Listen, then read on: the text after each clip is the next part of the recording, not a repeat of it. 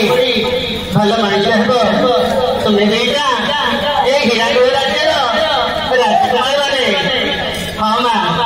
आम विदेश पाठ पढ़ा राजी अच्छु माँ हो तुम तुम्हें मैंने पाठ पढ़ी जीव तुम बापा आसिले तुमको छाड़ा छाड़ हे देख तुम बापा आसुची हाँ माँ हाँ माँ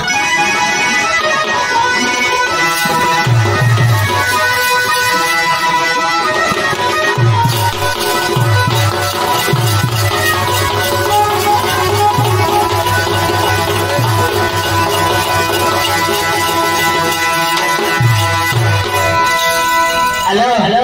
हीरा हीरा चले जाओ हीरा माता को बेग पत्र ठीक कर दियो आज पर हम स्कूल को छाड़वा को जीवी